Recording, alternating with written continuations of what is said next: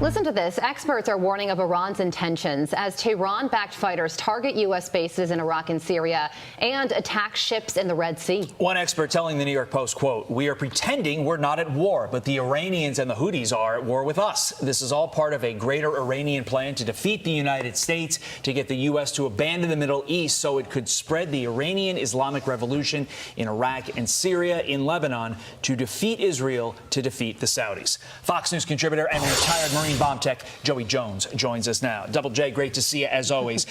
Is the Biden administration in denial over Iran's true intentions? I think we know the answer to that. And if so, why? Why can't they confront the reality that we all see? You know, I'm going to punt this a little bit. I asked Lindsey Graham this on the set of Fox and Friends yesterday, almost this exact same question. If the ground level view is that these bands of, I call them idiots, but bands of whatever you want to call them, people that are anti-U.S. and anti the country they even live in, like in Yemen, if these bands of people are attacking us at the ground level, and at 30,000 feet, Iran is supporting them, then what's the 60,000-foot view? Why can't we head this off at Iran? And I don't mean right now today, but over the last 40 years. Like, why is Iran such a thorn in our side?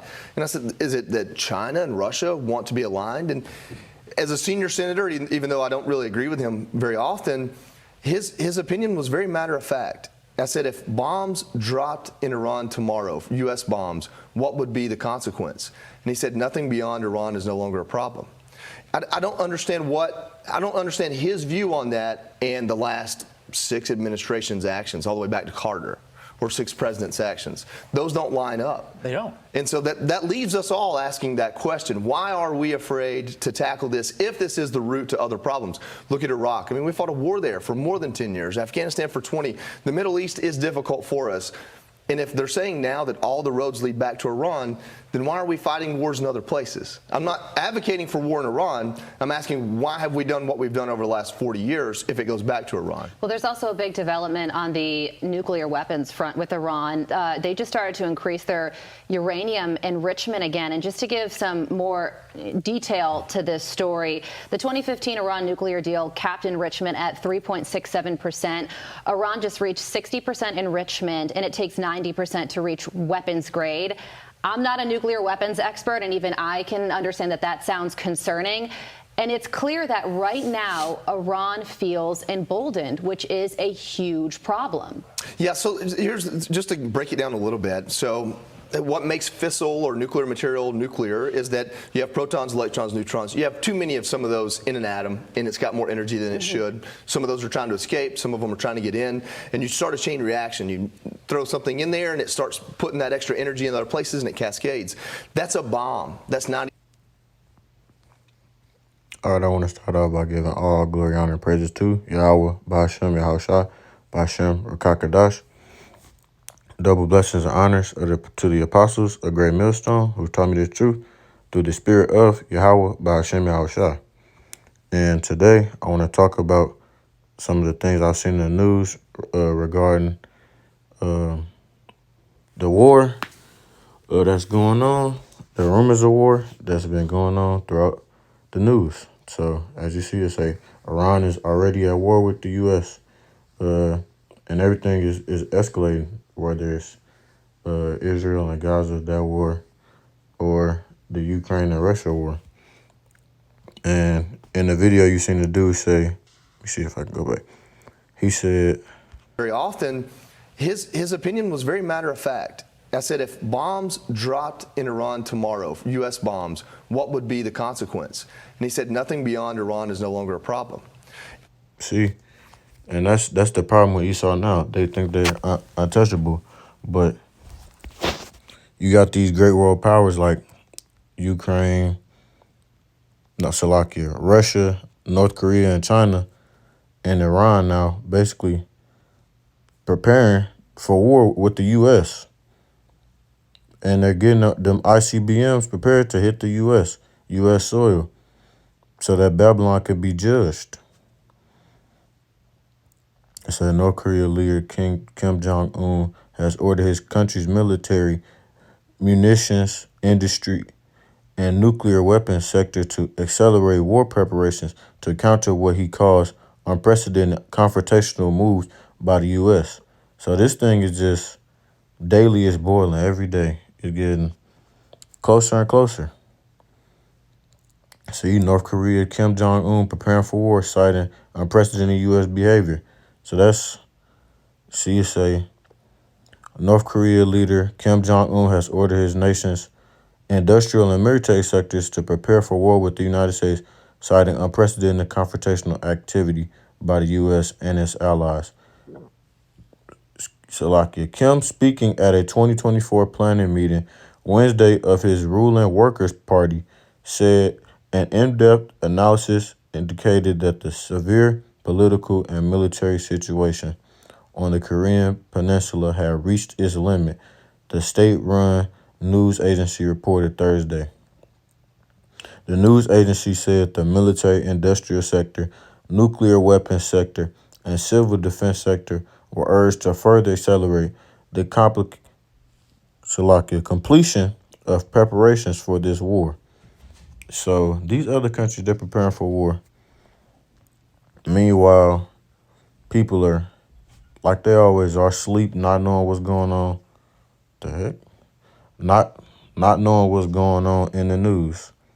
Biden warns U.S. military may get pulled into direct conflict with Russia. See?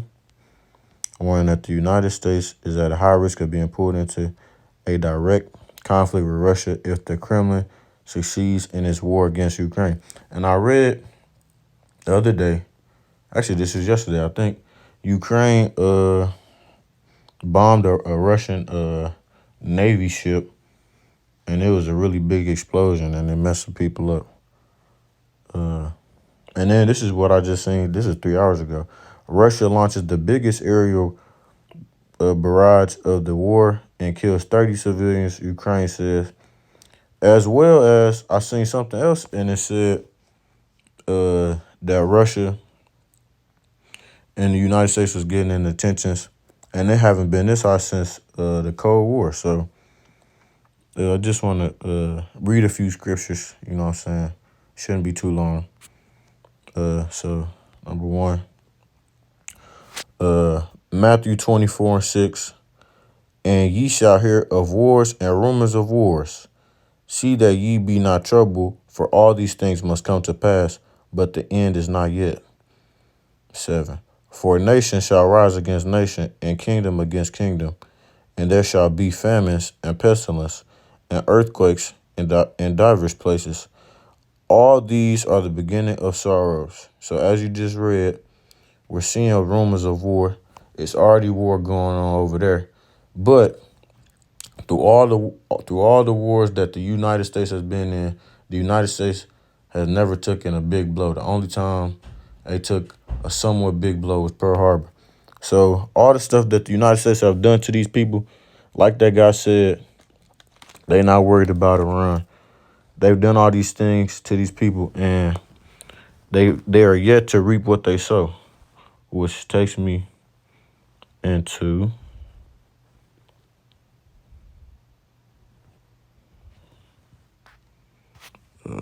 Psalm chapter.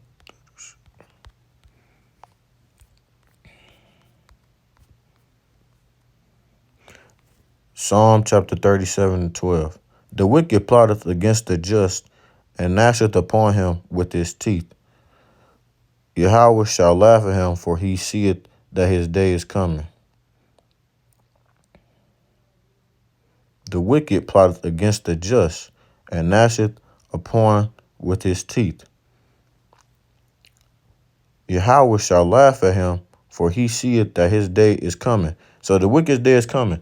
All the wickedness that Esau Edom has done to us, to other nations, they gonna feel that heat that the Lord have coming for them. Because it's prophesied. It's just what's gonna happen to these people. Because this land is full of wickedness. All right. Let's see.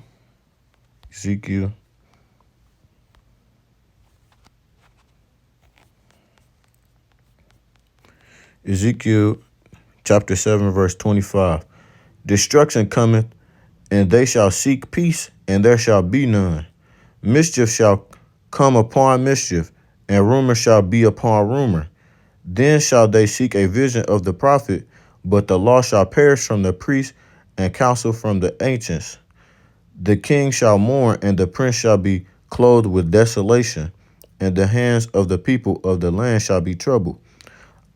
I will do unto them after their way, and according to their deserts will I judge them, and they shall know that I am Yahweh.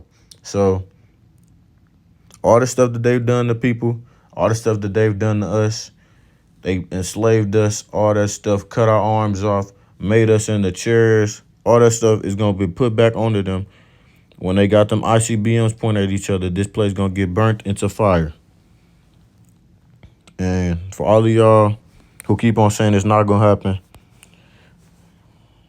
like it says, it's going to be scoffers in the end times. Y'all still going to be scoffing, and we going to be laughing at y'all when y'all don't know what to do, because we tried to tell y'all to repent and turn to Yahweh Ba'ashem Yahushua, but y'all chose not to listen. 2 Peter chapter 3, verse 3. Knowing this first, that there shall come in the last days scoffers walking after their own lust. So, like I said in my last video, if you choose to live your life ignorant and not choose to walk with Yahweh and try and live a righteous life, then you just, like like the brother Shakai say, you just missile food. You're just walking closer to the missile. That's all you're doing. You just preparing yourself for it.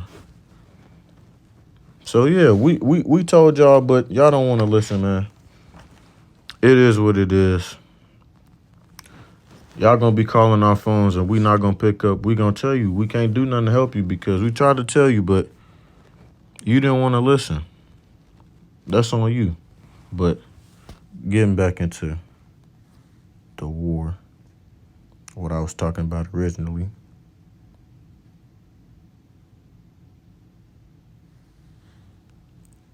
Let's go to Zechariah chapter 5 and 4. Zechariah chapter 5 and 4. I will bring it forth, saith Yahweh of hosts. Well, let's break that down real quick. Yahweh of hosts. Lord of hosts. Let's see what that means. What does host mean? Army, host, war, warfare, service. So when people always say, "Oh, Lord love everybody, Lord everybody," that's not true. He's a Lord of war. He's a great terror. You should fear him. Fear the Lord and keep his commandments. Ecclesiastes 12 and 13. But back to Zechariah 5 and 4. I will bring it forth, saith Yahweh of hosts, and it shall enter into the house of the thief, and into the house of him that sweareth falsely by my name. Who is that?